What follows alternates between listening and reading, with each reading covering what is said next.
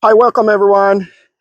Today we got this beautiful 2024 Toyota Corolla SE, and SE you can see it has that beautiful. I think this is what. So let's see. I think it's an 18 inch. Um, 18 inch. Yeah, black on black, black tires, um, black wheels rather. But yeah, it has like 15,000 miles on it now, just about. I figured it's an opportune time. Let's see if we can get focused there. Well, 13,900 to be exact. So getting to that um, 15,000 miles. So anyway, yes, I just wanted to give you my perspective, how it's been owning this car. What are some issues I've had, if any, and yeah, stay tuned. So pretty much got it. This car with like 3,000 miles on it from the dealership. They had used it as like a rental car of sorts. In that when people would come in to do their oils, their maintenance, they would give them as a loaner. So whoever got the car, they'll drive it. When they come back, they get their cars. So a little bit better than necessarily a rental car. It had 3,000 miles on it. I still got Toyota certified extended warranty, 100,000 miles, which I think was better than the new car warranty. So I have 7 years, 100,000 mile extended warranty in it. It came with these side skirts, what do you call them, to help protect the door from things right here. Also, it has, I don't know if you can see on the picture, but there's a PPF that goes across the front, the side windows. So some nice little touches that came with it. It was like a, what do you call it? Like a fleet model, apparently, is what Toyota described it as. But anyway, let's get into it. So yeah, it looks great. Still in pretty good condition. Wheels, not much of a ding anywhere. One of the issues I've had that I need to have the dealer correct is this here. You can see this big gap. It's not even. If you look on this side, it's much more narrow. So whenever I take it back to the dealership, I'm gonna ask them to have that corrected or fixed. Yeah, it came just like that. Now I've added a little or a few personal touches. Let's start here in the trunk. I got my knapsack there, but I added this WeatherTech. I'm not sponsored. WeatherTech. Just a little guard there, protects against some dings or damage to from putting things in the trunk. Other little touches. If you look, you can see I have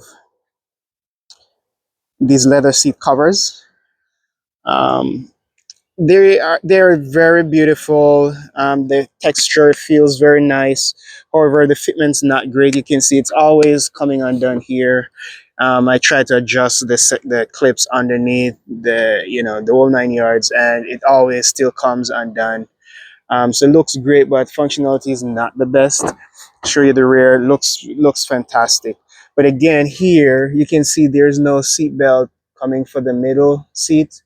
It did not provide a cutout. You have to take the bottom seat out to install it, but it did not provide a cutout for the middle seat belt, which in the grand scheme of things, I mean, how often do we actually use that seat belt? But it would have been nice to preserve the functionality of the car, as it originally came while still having these seat covers on. But they're pretty nice, look great. If you're interested in getting some of these, you can reach out. I can send you a link. Got them off Amazon. Um, let's go on this side here. You can see very nice. These all with the mats. They did come as well as part of the package. Come with the car. They're very nice.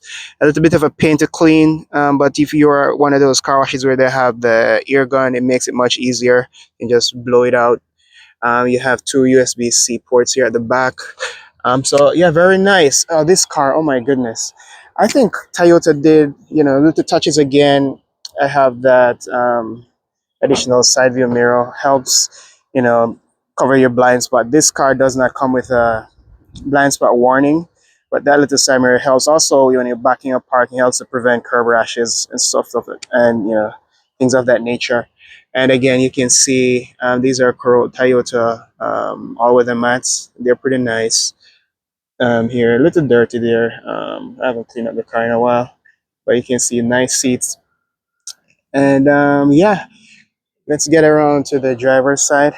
Let me show you just a few more of my touches and why I like this car. Now, things I really like about it, it's a very nice drivetrain, smooth, easy.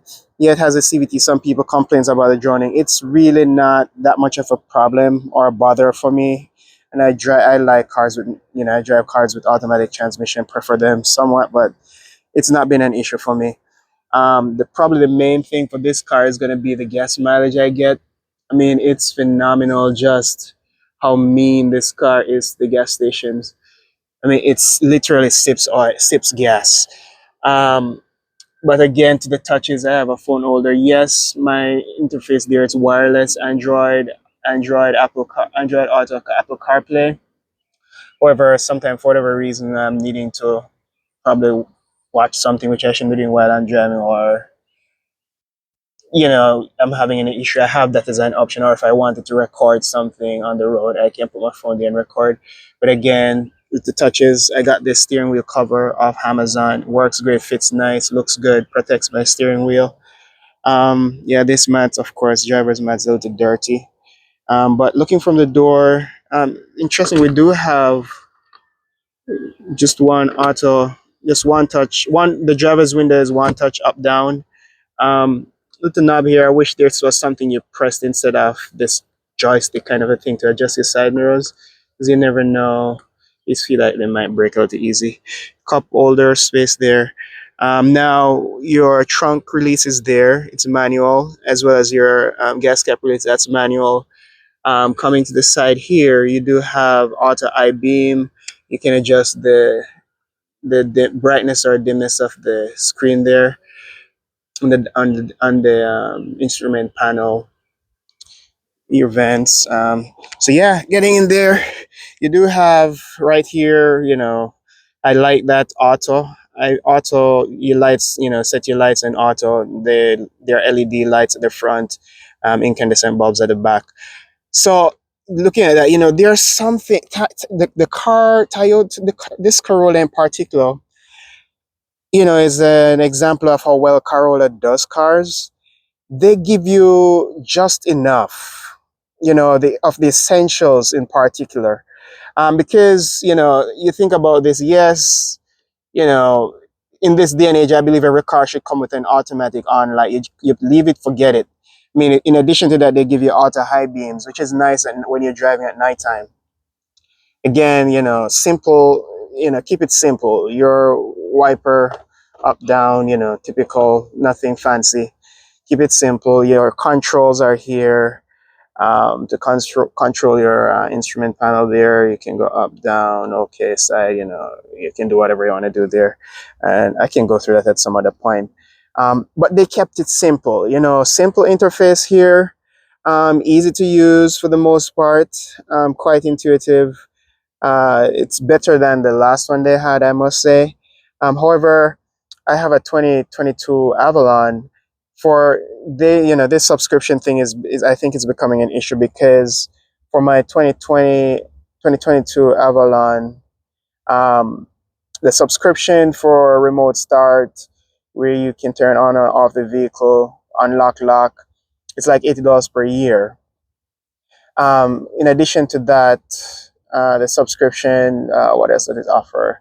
You get notifications, like you can set appointments with the dealerships and stuff. I find those a little bit, pretty convenient. Is it a must? Probably not. However, for this 2024 Corolla with this new interface, they tied that remote unlock and start feature with a map navigation subscription, which I believe it's like $35, if I'm not mistaken, per month. I mean, 35, I think one is 15 and then it adds the other one. So I think it's like $35 or I might be wrong. It could either 15 or 30 something dollars per year. But you get the gist. Even at $15 per month rather, even at $15 per month, let me slow down, geez. $15 per month, you're looking at $150 per year.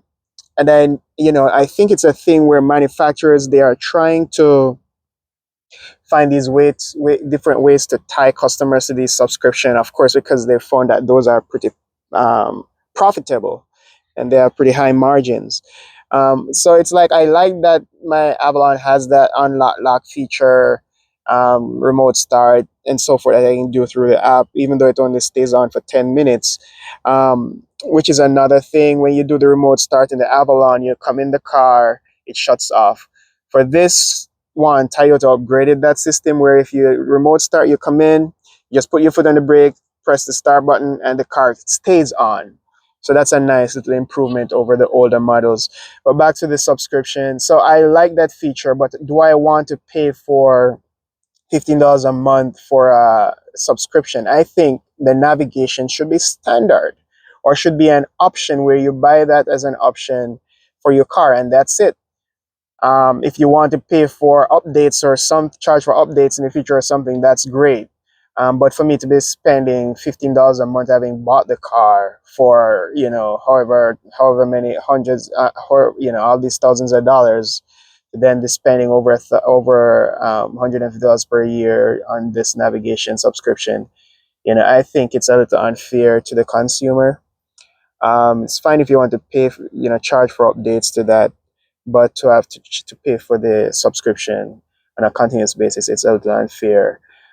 It's like it would be better to just get an aftermarket, but you don't want to mess with your car. Get an aftermarket where you just buy it, leave it, forget it, and you probably end up with more features than you have with this one.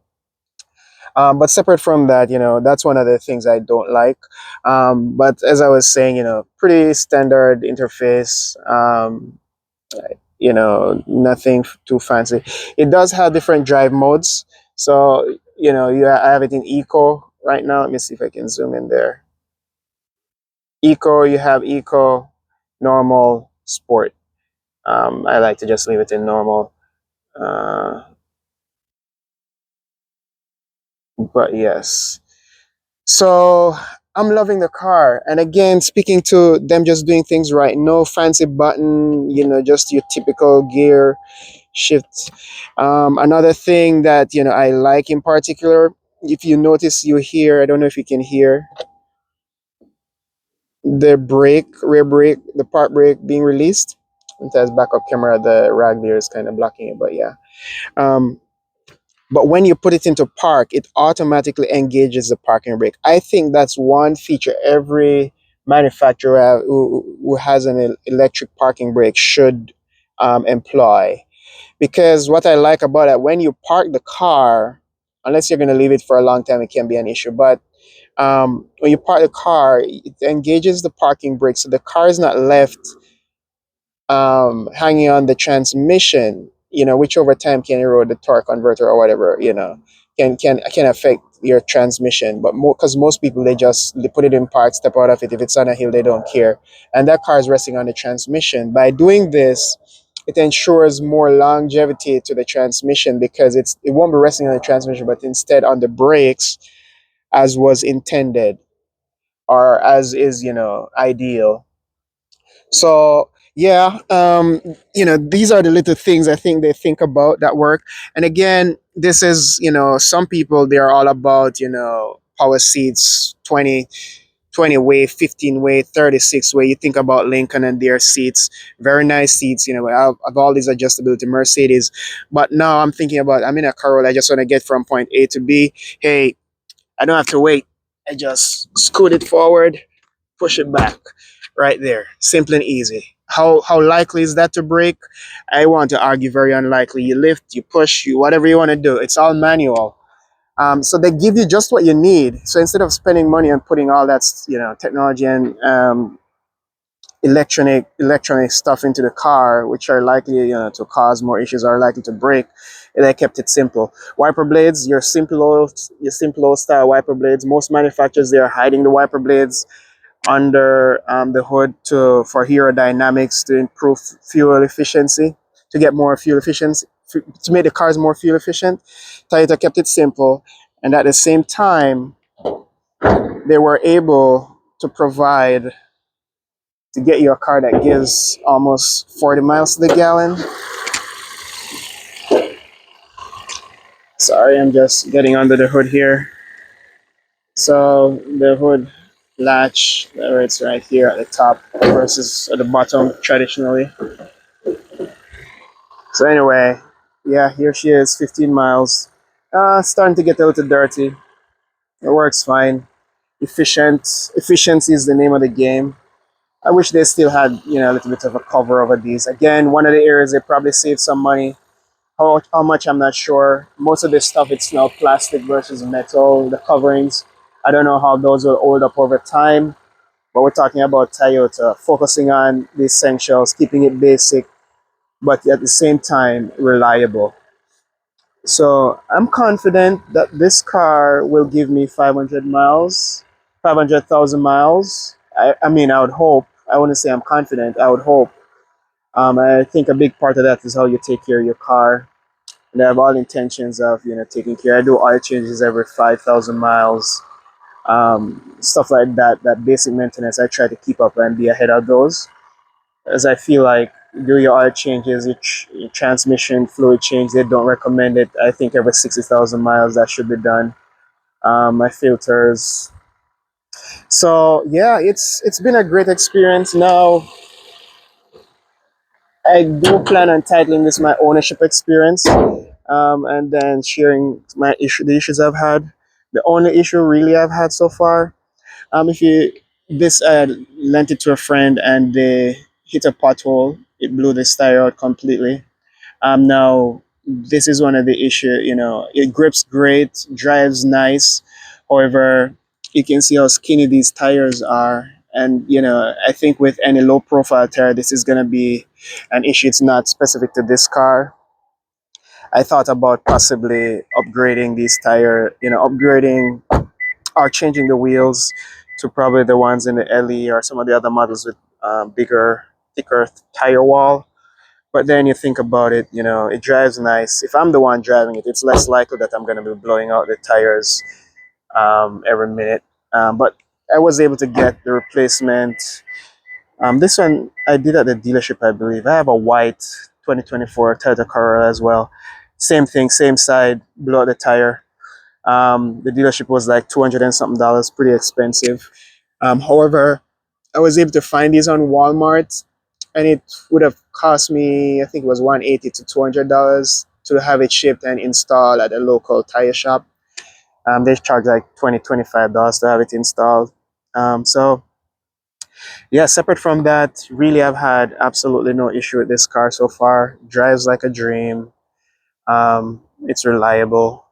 It saves me a lot of money on gas. I mean, I have it running just now. I probably shouldn't, but yeah. See, you have LED lights at the front. Yeah, it's nice. The color is beautiful. A lot of people love this color. It just pops. Just something about it on the black too. I'm probably thinking I might get some tints on it to just even further enhance it. Something legal, nothing extreme. I think having some legal tints on it would make it even a little bit more sexier. But yeah, stay tuned. Like, subscribe, share your thoughts. Do you own a Toyota Corolla? Would you buy one? What's your experience been so far? I know there are a lot of people who've driven these things for hundreds of thousands of miles over the year. They've had, they have miles, billions of miles of experience with their cars, and it's a testament to how they continue to improve and make even better products. Arguably, with all the electronics these days, it becomes a little bit, it makes the cars more complex. They're probably not, you can't neglect them as much as you probably could in the past without running into some issue. But overall, I'm loving the experience so far. And I'll continue to share with you. I'll give you more updates along the journey. So, yes, stay tuned. Thank you for watching. Like, subscribe, share. See you in the next one. Bye bye.